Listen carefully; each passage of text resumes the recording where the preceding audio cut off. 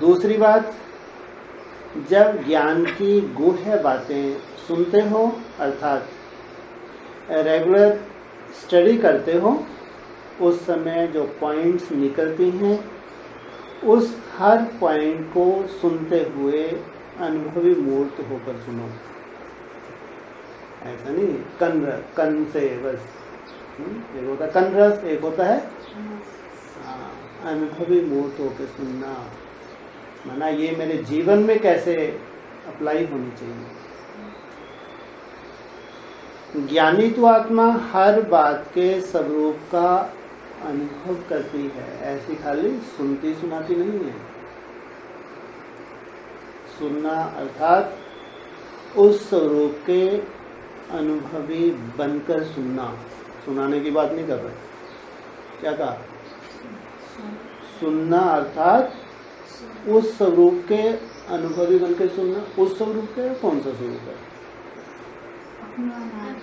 हाँ जी, अपना हाँ, बीज रूप अवस्था, निसंकल्प अवस्था। हाँ, कानों से सुनते हुए लेकिन एकदम निसंकल्प बीज रूप अवस्था में टिके हुए। लेकिन अनुभवी मूर्त बनना बहुत कम आता है। सुनना अच्छा लगता है, गूढ़ भी लगता है, खुश भी होते हैं, बहुत अच्छा खजाना मिल रहा है, लेकिन समाना अर्थात स्वरूप बनना, इसका अभ्यास होना चाहिए। मैं आत्मा निराकार हूं, यह बार बार सुनते हो, लेकिन निराकार स्थिति के अनुभवी बनकर सुनो। एकदम शरीर से अटैच होकर सुनो। जैसी पॉइंट वैसा स्वरूप। परम धाम की बातें सुनो तो परम धाम निवासी होकर परम धाम की स्टेज। मासी का घर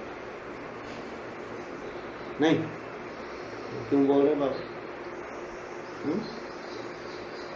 बोलना चाहिए,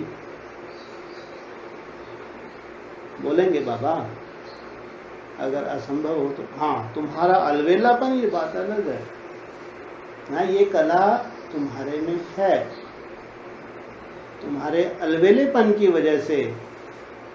कई बार हम पॉइंट्स के ऊपर ध्यान देते हैं, ध्यान से सुनना जरूरी है नहीं, लेकिन बीज रूप अवस्था माना सब पॉइंट्स का सार।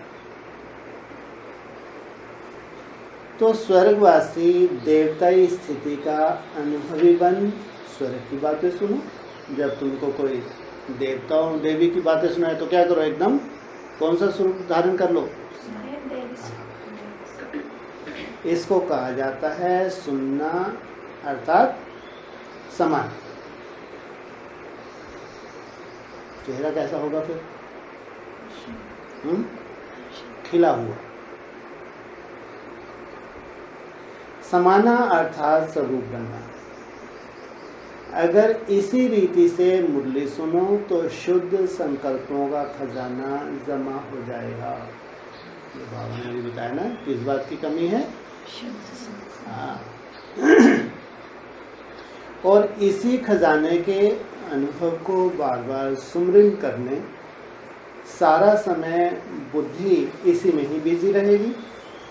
व्यर्थ संकल्पों से सहज ही किनारा हो जाए। अगर अनुभवी होकर नहीं सुनते तो बाप के खजाने को अपना खजाना नहीं बनाया, इसलिए खाली रहते हो। अर्थात व्यर्थ संकल्पों को स्वयं